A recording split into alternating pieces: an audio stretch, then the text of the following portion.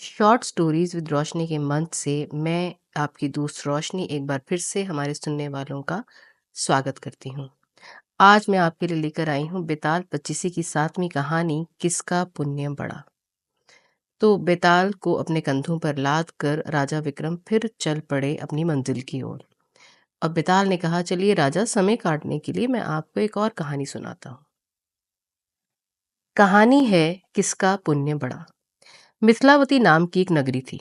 उसमें गुणधिप नाम का राजा राज करता था। उसकी सेवा करने के लिए दूर देश से एक राजकुमार आया। वह बराबर कोशिश करता रहा, लेकिन राजा से उसकी भेंट ना हुई। जो कुछ वह अपने साथ लाया था वह सब बराबर हो गया। एक दिन राजा शिकार खेलने चला। राजकुमार भी साथ हो लिया। चलते चलते राजा एक वन में पहुंचा। वहां उसके नौकर चाकर उससे बिछुड़ गए। राजा के साथ अकेले वह राजकुमार रह गया। उसने राजा को रोका। राजा ने उसकी ओर देखा तो पूछा, तो इतना कमजोर क्यों हो रहा है? उसने कहा, इसमें मेरे कर्म का दोष है। मैं जिस राजा के पास रहता हूँ वह हजारों को पालता है, पर उसकी निगाह मेरी ओर नहीं जाती। राजन, 6 बातें आदमी को हल्का करती हैं: खोटे नर की प्रीति, बिना कारण हंसी, स्त्री से विवाद, असज्जन स्वामी की सेवा, गधे की सवारी और बिना संस्कृत की भाषा। और हे राजा, ये 5 चीजें आदमी के पैदा होते ही विधाता उसके भाग्य में लिख देता है: आयु, कर्म, धन, विद्या और यश। राजन, जब तक आदमी का पुण्य उदय रहता है तब तक उसके बहुत से दास रहते हैं। जब पुण्य घट जाता है तो भाई भी बैरी हो जाता है। पर एक बात है, स्वामी की सेवा अकारथ नहीं जाती, कभी न कभी फल मिल ही जाता है। ये सुन राजा के मन पर उसका बड़ा असर हुआ। कुछ समय घूमने घामने के बाद वे नगर में लौट आए। राजा ने उसे अपनी नौकरी में रख लिया। उसे बढ़िया बढ़िया कपड़े और गहने दिए, रहने के लिए महल दिया।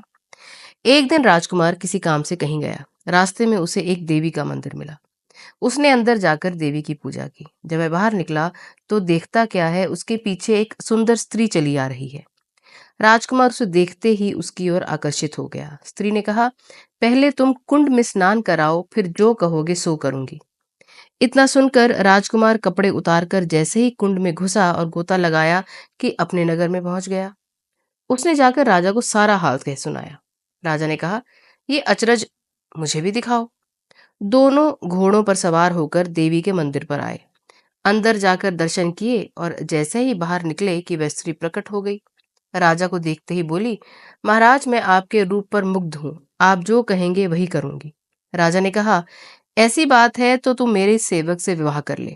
स्त्री बोली, ये नहीं होने वाला, मैं तो तुम्हें चाहती हूँ। राजा ने कहा, सज्जन लोग जो कहते हैं उसे निभाते हैं, तुम अपने वचन का पालन करो। इसके बाद राजा ने उसका विवाह अपने सेवक से करा दिया। इतना कहकर बेताल बोला, हे राजन, ये बताओ कि राजा और सेवक दोनों में से किसका काम बड़ा हुआ? राजा ने कहा, नौकर का। बेताल ने पूछा, ऐसा तुम कैसे कह सकते हो? राजा विक्रम बोले, उपकार करना राजा का तो धर्म ही था, इसलिए उसके उपकार करने में कोई खास बात नहीं हुई।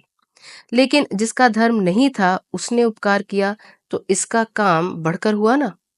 इतना सुनकर बेताल ने कहा, राजन, कह तो तुम ठीक रहे हो, लेकिन शायद तुम भूल गए कि जैसे ही तुम बोलोगे मैं उड़कर वापस अपने पेड़ पर उल्टा लटक जाऊंगा।